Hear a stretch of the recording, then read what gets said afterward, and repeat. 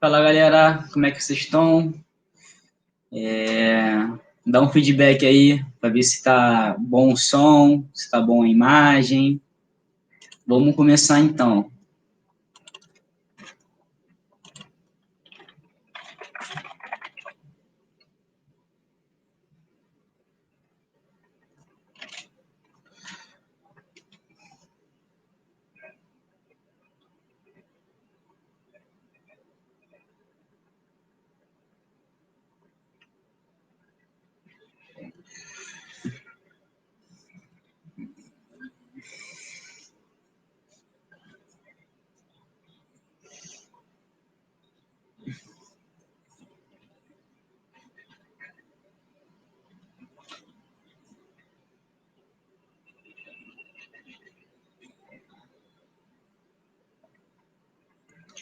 Fala pessoal, boa tarde. Gostaria de saber se o som, se a imagem estão boas. Quem puder dar um feedback aí.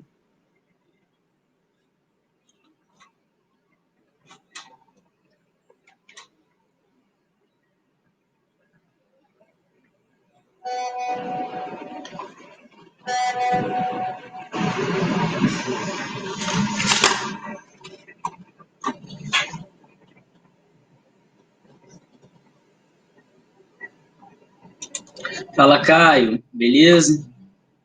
Show de bola. O som tá bom? Áudio tá bom?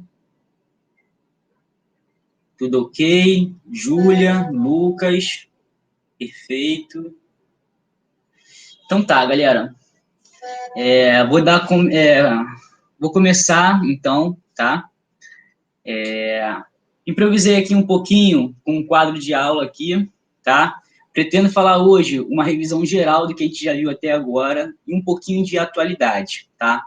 Vou mostrar para vocês como a geografia se faz presente, né, nos temas atuais que a gente vem vivendo aí nos últimos dias, nas últimas semanas, beleza? Pessoal falando aí que o áudio está bom, que a imagem está boa, tudo correto. Então, perfeito, pessoal. Vamos lá, então. Seguinte, galera, nessa época que nós estamos vivendo, né, de quarentena, de epidemia, Covid-19, a gente percebe que o tema da globalização ele é muito forte, né? Se tem um tema da geografia que se faz muito presente na atualidade, com certeza é a globalização. Pessoal, então vamos lá lembrar um pouquinho do que eu falei com vocês já sobre globalização. Vou falar um pouquinho de atualidade, do que a gente está vivendo nessas últimas semanas, como é que pode ser daqui para frente. Então vamos lá. Seguinte, pessoal, nos primeiros capítulos da apostila a gente fala sobre o tema de globalização e mundialização, beleza? Então é o seguinte, pessoal, eu sempre falo com vocês que a globalização é a integração cada vez maior do mundo, né? Integração cada vez maior entre pessoas, empresas, países e etc. E essa integração se dá cada vez mais através do desenvolvimento de comunicação e transporte, tá? Esse desenvolvimento tecnológico na comunicação e nos transportes, pessoal, vai possibilitar um maior fluxo de pessoas, maior fluxo de mercadorias, maior fluxo de informações. A gente está vivendo um tempo muito aquecido, né, do fluxo de informações. A cada dia uma notícia nova, a cada hora uma notícia nova. Tudo aquilo que a gente já sabia semana passada, essa semana, já mudou completamente, tá? Então, a gente tem vivido aí um tempo muito quente, muito acirrado, né, das informações, uma sobre a outra o tempo todo, tá? Então, a gente vai percebendo que isso é uma característica do mundo globalizado. A rápida informação, o rápido fluxo de informações, tá? Então, gostaria que vocês prestassem atenção nisso. E, em tempos de mundo globalizado, né, as epidemias também acabam sendo globalizadas. Percebemos que as primeiras notícias que falaram da epidemia mostravam que pessoas que viajavam de navio, viajavam de avião, eram as pessoas que espalhavam, né, esse vírus. Então, mais uma vez, a gente percebe aí como a globalização se faz presente. Miguel, show de bola. Isso aí, pessoal. Vamos qualquer coisa, dar um feedback aqui no bate-papo, beleza? Então vamos lá, galera. Primeira coisa que eu falo, né, é o que é globalização. Maior integração do mundo, aumento dos fluxos de informação, capital, mercadoria, etc., através do desenvolvimento tecnológico nas comunicações e transporte, tá? Quem são os atores hegemônicos, ou seja, quem são os atores principais dessa globalização, pessoal? Falo com vocês que os atores principais dessa globalização são os países desenvolvidos, aqueles que foram pioneiros, né, na Revolução Industrial, os grandes bancos e as empresas multinacionais, empresas que estão espalhadas pelo mundo todo, tá, galera? Não esquece disso aí. Falei também, pessoal, que dentro desse mundo globalizado temos os atores hegemônicos, mas também temos os subdesenvolvidos e os emergentes, tá? Os países subdesenvolvidos, galera, geralmente são aqueles países que foram colônias durante muito tempo, tá? Como é o caso do Brasil. A gente percebe que esses países geralmente são fornecedores de matérias-primas e possuem uma grande dependência tecnológica, certo? O Brasil também, pessoal, ele se destaca como um país emergente, ou seja, um país que nos últimos anos vem crescendo sua importância dentro do mercado mundial, dentro da industrialização mundial, beleza? Se a gente parar para perceber, os últimos mega eventos aí no mundo aconteceram em países emergentes, tá? Então tivemos aí Copa do Mundo no Brasil, Copa do Mundo na África do Sul, Olimpíada na China, Olimpíada na Rússia, ou seja, diversos países aí que são considerados emergentes receberam nos últimos anos os mega eventos, certo? Então a gente vem percebendo aí que dentro do mundo globalizado, diversos polos de poder vêm surgindo, correto? Falei também, pessoal, sobre os fatores locacionais, os fatores atrativos, né? Ou seja, as empresas sempre vão tentar maximizar seus lucros e elas vão atrás de onde? Atrás dos lugares que vão ter mão de obra barata, isenção fiscal, doação de terrenos, matéria-prima barata, boa infraestrutura de comunicação e transporte, certo? Então, galera, fiquem ligados aí nisso tudo. Uma outra coisa que eu falei também rapidamente, que nos últimos capítulos da apostila a gente vai rever, pessoal, é a DIT, Divisão Internacional do Trabalho. Então, galera, a Divisão Internacional do Trabalho é a função que cada país exerce dentro do comércio mundial. Então, temos países aí fornecedores de tecnologia, países sedes de multinacionais, e temos os países aí fornecedores de matérias-primas, os países que são explorados pelas multinacionais, correto? Sempre lembrando aí, né, nessa diferença entre país desenvolvido e subdesenvolvido, muito importante. Em seguida, pessoal, falar desse primeiro capítulo, né, que a gente fala de globalização. O segundo capítulo é aquele capítulo muito importante que eu até passei um trabalho para vocês, que a gente fala sobre xenofobia, preconceito, subdesenvolvimento, beleza? Então, vamos lá lembrar, pessoal. O que é a xenofobia? É o preconceito ou aversão a culturas estrangeiras, certo? A gente vai percebendo também que dentro desse contexto aí de epidemia que nós estamos vivendo, a xenofobia vem crescendo muito, muito fortemente, né? Principalmente através dos memes, das piadinhas aí que as pessoas fazem com as pessoas do Oriente, chineses, japoneses, coreanos. A gente vê que essas piadas acabam reforçando uma xenofobia, tá? Muitas pessoas falam da epidemia como se fosse o vírus chinês, tá? Quando a gente acaba falando que o vírus é um vírus chinês, a gente acaba reforçando aí um preconceito, porque a gente sabe que o vírus se espalhou pelo mundo todo, e quando a gente fala que o vírus ele é chinês, a gente acaba criando um determinado preconceito, e isso é muito ruim para os países, porque nenhum país quer ficar com esse estigma, quer carregar essa carga, tá? Então, isso pode gerar até um problema, porque os países ou as cidades que vão ser estigmatizadas, elas podem esconder dados, né? Para não divulgar e não ficar com essa carga aí de ser o local que espalhou o vírus para o mundo todo, tá? Então, a Organização Mundial da Saúde vem falando para a gente não tratar dessa maneira, né? Vírus chinês, vírus italiano, nem nada do tipo. Vamos tratar pelo nome dele, que é o Covid-19, tá? Lucas, Pedro aí, todo mundo beleza? Pessoal, ainda não estou fazendo a chamada não, tá? Nos 10 últimos minutos, eu vou pedir para vocês escreverem o nome de vocês, que é a chamada, e vai ficar gravada aí, beleza? Mas não se preocupem por enquanto. Então, galera, nesse capítulo aí também eu falei com vocês sobre minorias, tá?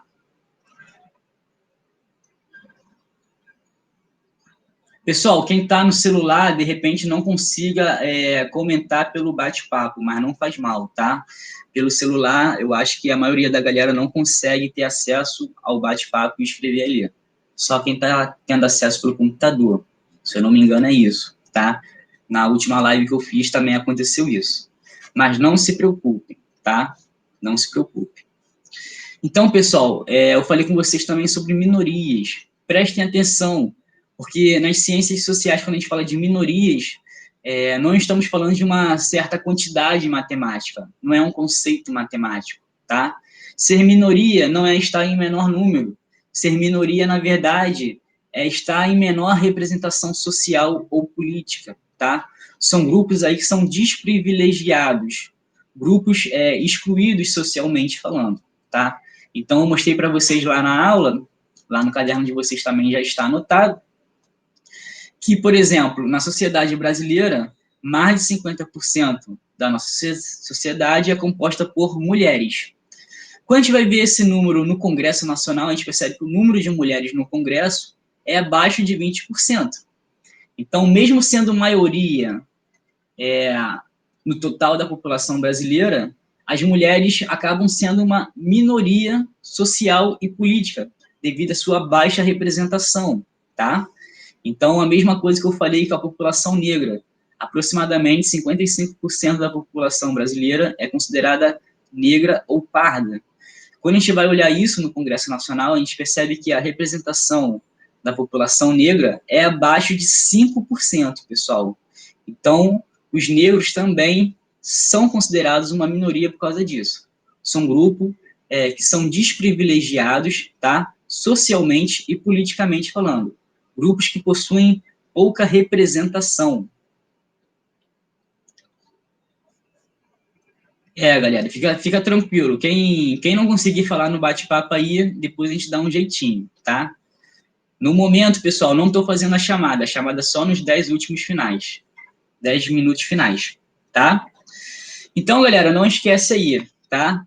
Quando falamos de minorias, não estamos falando de um conceito matemático, mas sim da representação social e política aí.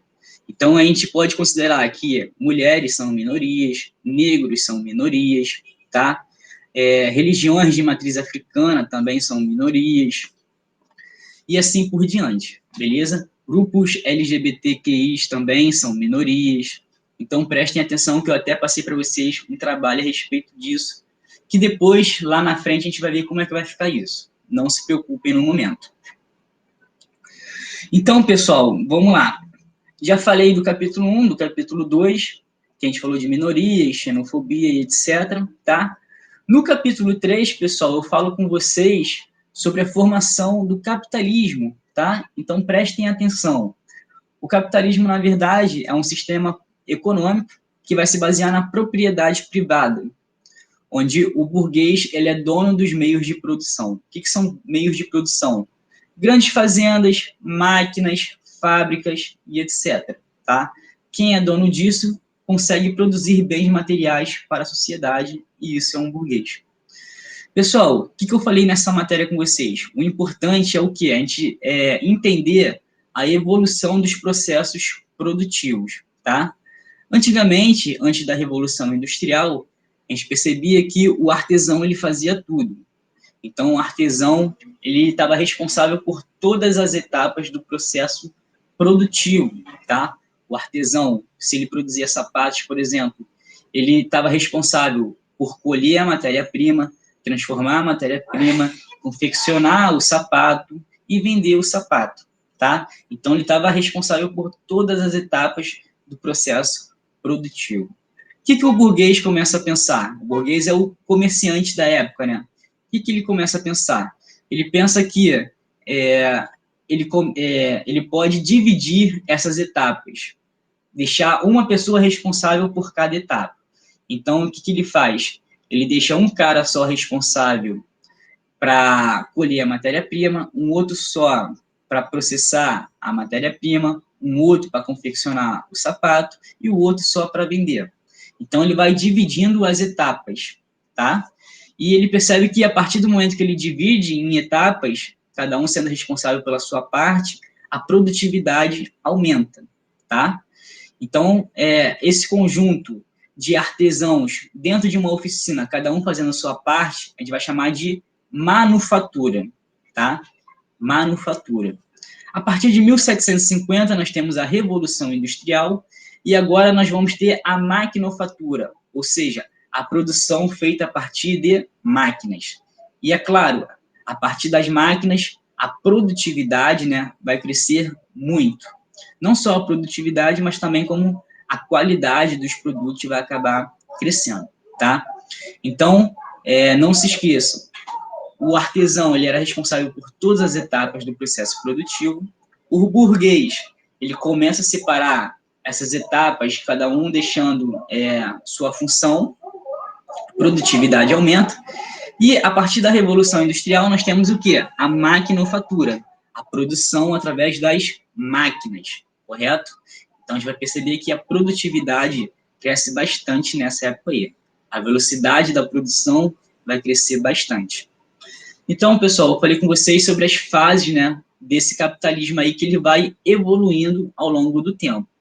No primeiro momento, nós temos o capitalismo comercial ou mercantilista, lá na época das grandes navegações, pessoal. O que a gente percebe? A Europa começa a se expandir pelo mundo nesse momento. Então, a Europa, ela conquista o continente americano, certo? Começa a explorar, e a gente percebe que eles estão, num primeiro momento, em busca de quê? Matérias-primas, principalmente os metais, tá? Nessa fase, pessoal, que a gente vai chamar de mercantilista ou comercial, a gente vai ter aquela divisão internacional do trabalho clássica, onde a colônia vai fornecer matéria-prima barata para a metrópole e a metrópole vai fornecer produtos industrializados mais caros. Então, a colônia ela vende barato e compra caro. Então, ao longo do tempo, né, esses países que foram colônias, eles vão acumulando dívidas, correto? Então, essa é a primeira fase aí do capitalismo, o capitalismo mercantilista, onde a Europa começa a se expandir cada vez mais para o mundo em busca de metais preciosos, tá? A mão de obra, na época, era uma mão de obra escrava. A partir da Revolução Industrial, esse capitalismo continua se desenvolvendo, tá? E a gente percebe o seguinte, pessoal, agora nós vamos ter a fase aí do capitalismo industrial. Agora nós temos aí o advento da máquina a vapor, que vai revolucionar o mundo, tá? Vai aumentar a velocidade dos transportes, aumentar a velocidade das máquinas, né, para a produção e assim por diante. Então a gente percebe aí que a Revolução Industrial é um marco muito importante para a gente entender o capitalismo. Felipe Fonseca, correto, tamo junto. Vamos lá. Então, pessoal, a gente percebe aí, ó, que nessa segunda etapa aí do capitalismo industrial começa ali por volta de 1750, tá?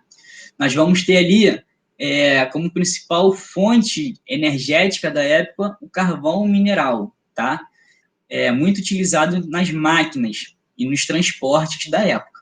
Então, a gente vai percebendo que a cada medida que o capitalismo vai evoluindo, o mundo vai ficando cada vez mais integrado também, tá? A terceira fase, pessoal, que eu falo com vocês, começa ali por volta de 1900, tá? A gente vai perceber ali que é a fase do capitalismo monopolista, ou seja, a gente vai percebendo, né, que agora o que domina o capitalismo são as grandes empresas. Então, a gente vai percebendo que as grandes empresas vão comprando cada vez mais as pequenas empresas. Então, o capitalismo vai se tornando cada vez mais monopolista, ou seja, uma empresa que vai dominando todo o mercado, tá? Então, um exemplo que eu posso falar para vocês hoje, a Pepsi. A Pepsi é uma grande empresa, uma grande corporação que domina praticamente todo o mercado de alimentos, né? A Pepsi e algumas outras pequenas empresas. A Pepsi, na verdade, ela é dona de várias outras empresas aí.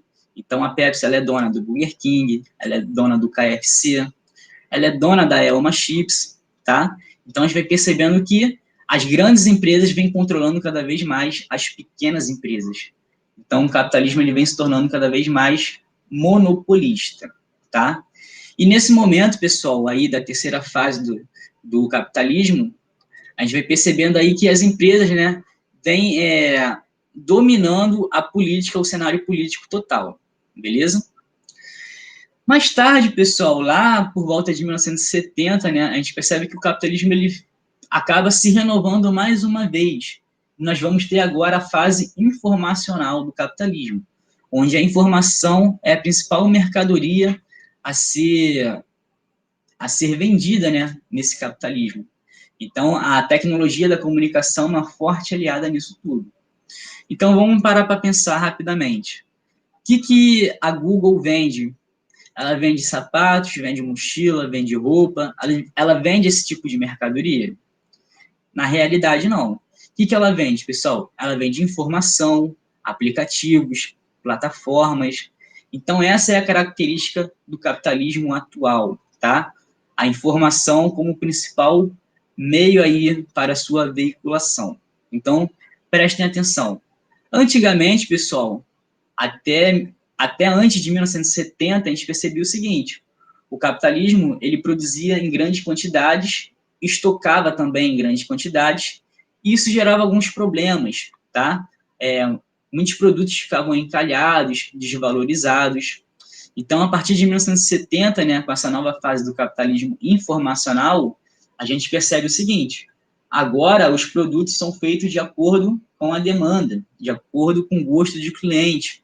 Então, a quantidade de estoques vai ser reduzida, tá? Prestem atenção nisso aí. A informação é a principal mercadoria do capitalismo atual. E o celular, pessoal, é o principal exemplo disso, né?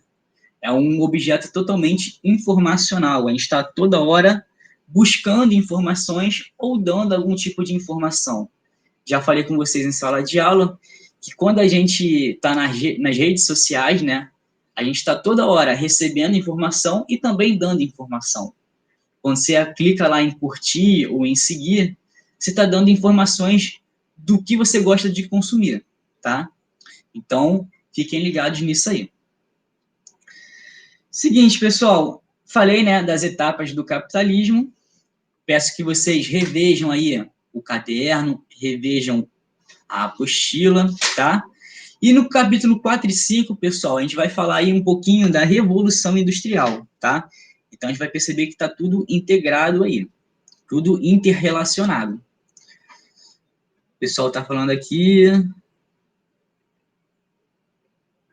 Isso aí, pessoal. Acho que no momento tá, o som e a imagem está boa para todo mundo, né? Então, vamos lá. Então, pessoal, vamos lá, então. A gente vai perceber que essa apostila 1, todos os assuntos, né, estão interrelacionados.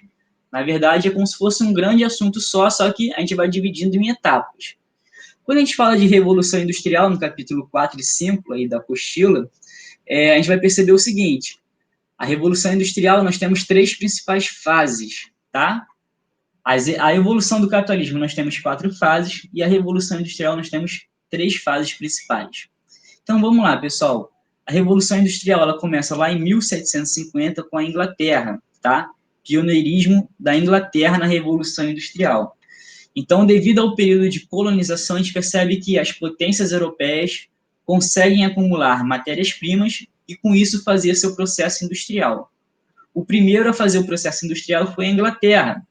A Inglaterra tinha uma diferençazinha ali também, porque ela era muito rica em seu território em carvão mineral, que é uma fonte de energia muito importante na época, tá? Então, em 1750, a Inglaterra faz sua revolução industrial, tá? A gente vai perceber aí que, na época, a principal fonte de energia era o carvão mineral, tá? Que alimentava as máquinas a vapor. Então, a gente tem um crescimento aí muito grande dos meios de transporte, das ferrovias, dos navios, grandes máquinas, né, nas produções, nas fábricas e etc. O principal material a ser utilizado nessa fase aí da primeira revolução industrial era o ferro, tá? E a gente percebe ali um grande protagonismo da Inglaterra e de países europeus nesse primeiro momento, tá bom? No segundo momento, pessoal, na segunda Revolução Industrial, na segunda fase da Revolução Industrial, a gente percebe que algumas coisas mudaram, né, para acontecer essa revolução. A gente percebe agora que as fontes de energia mudaram e também revolucionaram a velocidade da produção.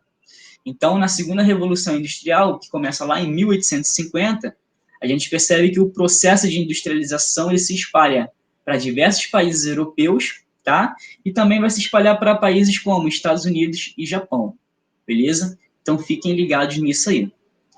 Nesse período, pessoal, novas fontes de energia surgem que vão revolucionar o mundo e que a gente utiliza até hoje, tá?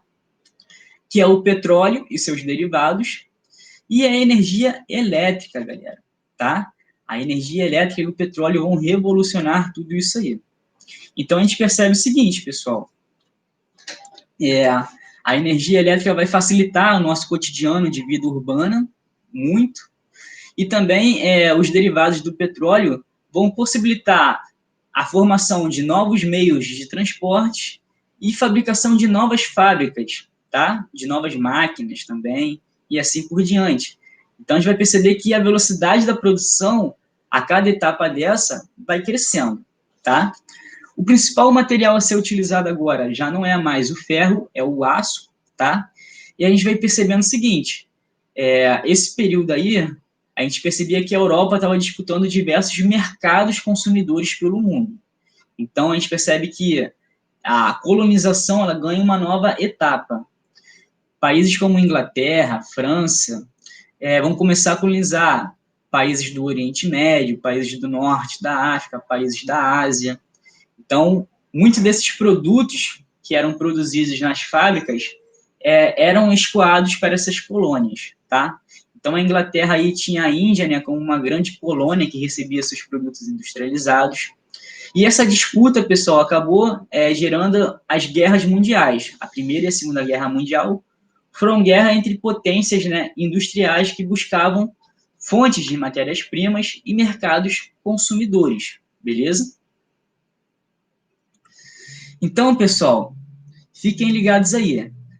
Em 1970, a gente percebe o seguinte, uma nova etapa acontece na Revolução Industrial, tá?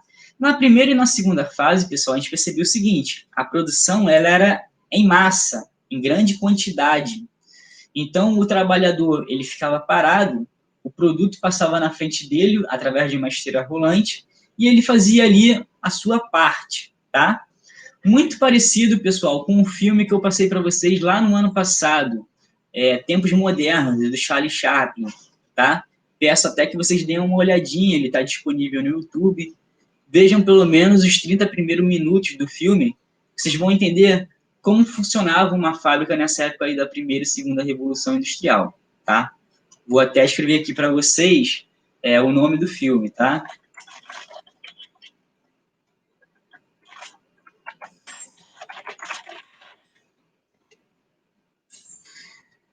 Então, fiquem ligados aí, beleza? Hoje em dia, pessoal, o que a gente percebe? A partir da terceira Revolução Industrial, a gente percebe que a produção ela se modifica, tá? Agora, a produção ela vai ser muito mais caracterizada pela quantidade de robôs, tá? Antigamente, na primeira e segunda Revolução Industrial, uma grande fábrica era uma fábrica que tinha muitos trabalhadores, tá? Uma grande quantidade de trabalhadores ali. Hoje em dia, uma grande fábrica é uma fábrica que tem alta tecnologia, pessoal. Então, se a gente entrar numa fábrica de automóveis hoje em dia, a gente vai perceber que quase não há trabalhadores, né? Não há pessoas trabalhando. Porque a gente percebe que o trabalhador ele foi substituído pela máquina. A Revolução Industrial provocou isso, né? Desde 1750 até os dias atuais. Só que a partir de 1970, a gente percebe que isso ganha uma nova face, né? Já que quase todo mundo é substituído por robôs, por máquinas e etc. Então, isso vai gerar um grande desemprego estrutural, que eu já falei com vocês, tá? Então, galera, prestem atenção aí. Hoje em dia, a maioria das pessoas não trabalham mais em fábricas como antigamente. As pessoas trabalham hoje em dia no setor de serviços e de comércio, beleza? Então, Fiquem ligados. Pessoal, nessa terceira fase da Revolução Industrial, agora a gente percebe que a produção ela é de acordo com a demanda, de acordo com o gosto do cliente, tá? Quase não há mais nenhum tipo de estoque. Então, é aquele exemplo que eu falei com vocês em sala de aula, né? Você vai comprar um carro hoje em dia lá na concessionária, o cara te dá uma lista, né, de acessórios para você montar o seu carro de acordo com o seu gosto. Então, você cria a lista com os acessórios que você quer do seu carro, dá para a concessionária envia para a fábrica e a fábrica vai produzir de acordo com o seu gosto, de acordo com o seu pedido. Então, é a produção que a gente vai chamar aí de just in time, tá? Produção de acordo com a demanda, beleza? Roberta está aí, Pedro está aí. Galera, a internet hoje está sendo muito utilizada, porque estão recebendo aí, o pessoal está recebendo benefício do governo, muitas pessoas querendo entrar para se cadastrar. Então, quem está vendo pelo celular aí, de repente, tem um pouco de dificuldade, tá? Então, galera, prestem atenção aí no que eu falei, tá? Nessas etapas da Revolução Industrial, temos três principais etapas, a primeira em 1750, a segunda em 1850 e a terceira em 1970, tá? A terceira é o mundo da globalização, da informação, das máquinas e etc, beleza? Então, pessoal, montei aqui de maneira improvisada para vocês um quadro, né? Porque hoje eu quero falar um pouquinho de atualidades também, tá? Vamos pegar todos esses assuntos já trabalhados e vamos relacionar com o que a gente está vivendo hoje em dia, tá? Então, é o seguinte, pessoal, botei aqui para vocês, né, os principais temas que a gente está vendo através dessa epidemia que nós estamos vivendo, tá? Globalização, a questão da desigualdade, né? A desigualdade, ela se faz muito presente nessas últimas semanas que a gente está vendo aí de epidemia, né? Porque a gente está aqui no privilégio de estar em quarentena, dentro de casa, trabalhando em casa, mas a gente sabe que o Brasil ele tem uma informalidade muito grande, uma desigualdade social muito grande também, né? Uma desigualdade social aí que é uma herança do período da colonização que perdura até hoje. Então, o que fazer, né, com os informais, com a galera que precisa trabalhar, porque essa galera não tem salário fixo, né, todo mês. Então, esses tempos de epidemias vêm evidenciando, né, cada vez mais que o Brasil é um país extremamente desigual, tá, galera?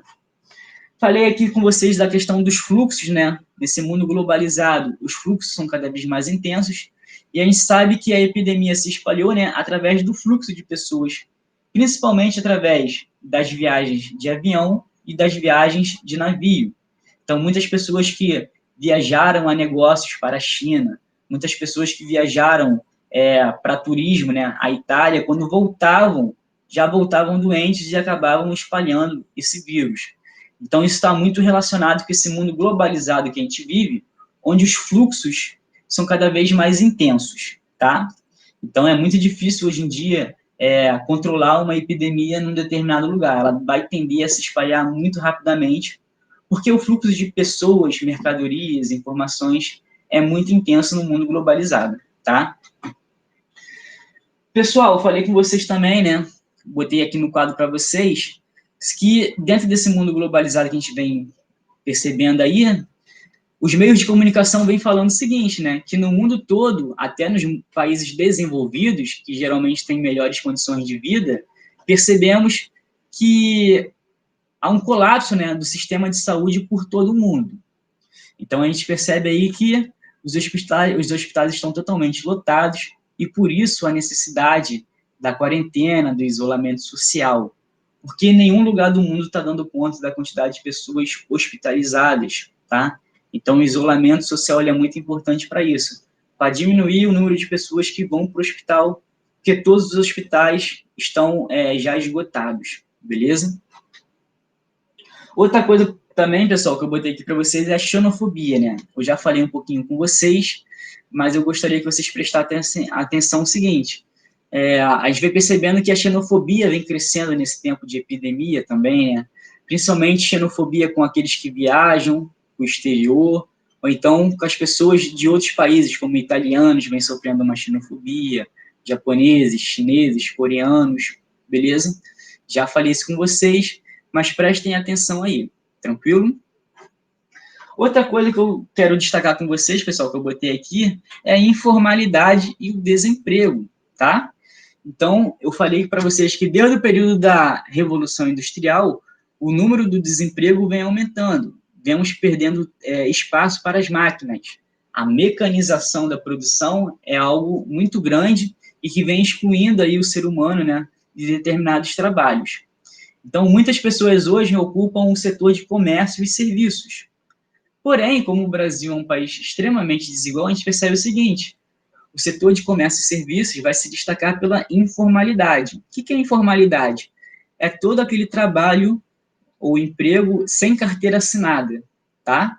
Então, o Uber, ele é informal, o cara lá do food truck, ele é informal, o camelô, ele é informal. E como eu falei, essas pessoas, elas só conseguem dinheiro se elas saírem nas ruas para trabalhar. E o que fazer com essas pessoas, né? Ao mesmo tempo, é muito importante o isolamento social, mas também há uma preocupação muito grande com essas pessoas na questão da informalidade, do desemprego, da pobreza. Então, essa ajuda do governo aí, acredito que seja muito boa, né? Porque vai dar um alívio aí para essa galera que vive da informalidade ou que está desempregada, beleza? Outra coisa também, pessoal, que eu quero destacar com vocês, que a gente vem percebendo o seguinte, ó, a presença do Estado e o neoliberalismo, tá? Muito se fala aí, né, que é preciso deixar as empresas funcionarem, as empresas tomarem conta da economia de um país, mas a gente percebe que em momentos de crise, né, o Estado se faz muito presente, muito necessário. Então, o Estado ele vem aí para ajudar e contribuir com as necessidades sociais, né, como é o caso da saúde, tá? E a gente vai percebendo o seguinte também, pessoal, nesses momentos a gente precisa sempre de um plano, de estratégia para saber o que fazer, tá? Então, a gente está percebendo que o Brasil está tendo uma certa dificuldade nisso tudo, tá? Todos os países do mundo estão em dificuldades econômicas, sociais, mas a gente percebe a importância do Estado nesse momento na ajuda das pessoas e para o sistema de saúde, né? Um sistema de saúde pública é muito importante e muito necessário. Os Estados Unidos, que não possui saúde pública, por exemplo, é um país bastante afetado pela atual epidemia, porque, num primeiro momento, muitas pessoas evitavam de ir para o hospital para não criar dívidas, né? Já que lá não tem saúde pública, lá tudo é privado. Então, a gente percebe que as pessoas estavam com medo de irem para o hospital, tentar fazer exame, se internar e criar uma grande dívida ali, tá? Mas agora a gente já percebe que o Estado dos Estados Unidos vem intervindo para tentar solucionar essas coisas, beleza? Então, galera, hoje é esse mais ou menos esse bate-papo que eu queria falar com vocês, tá? Esse resumão que a gente viu aí, um pouquinho de atualidade. Sei que muitos aí não conseguiram acessar a live, né, direitinho, muito computador travando, muito celular travando, muitos não estão conseguindo acessar o bate-papo também, tá? Mas não se preocupem que a escola vai continuar fornecendo materiais para vocês, vão continuar enviando resumos, lista de exercícios, gabaritos, então fiquem atentos, tá? Outra coisa, pessoal, quando forem aí assistir a live, pede para o pessoal de casa desligar a internet, deixa só vocês com a internet disponibilizada, tá? Para melhorar aí a transmissão, beleza? Então, pessoal, vou deixar aí os 10 minutinhos finais de aula que a gente tem para chamada, tá? Vamos fazer a chamada aí agora. Vou escrever para vocês. E a gente vai deixar os nomes aí anotados já. Então, pessoal, quem está na live aí, pode escrever o nome, tá? Agora é o momento aí da chamada. Prestem atenção que daqui para frente eu vou falar dos conteúdos novos já. Então, revejam um caderno, revejam um livro, tá? Que a gente vai sempre estar liberando novos vídeos no YouTube para vocês e a escola está em constante comunicação com vocês, tá?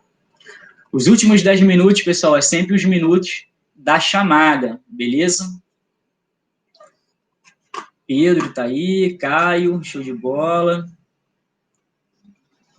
Márcia. Pessoal, outra coisa, tá? Vamos evitar aí conversa paralela no bate-papo. Vocês conversaram muito aleatoriamente aí, ó. Beleza?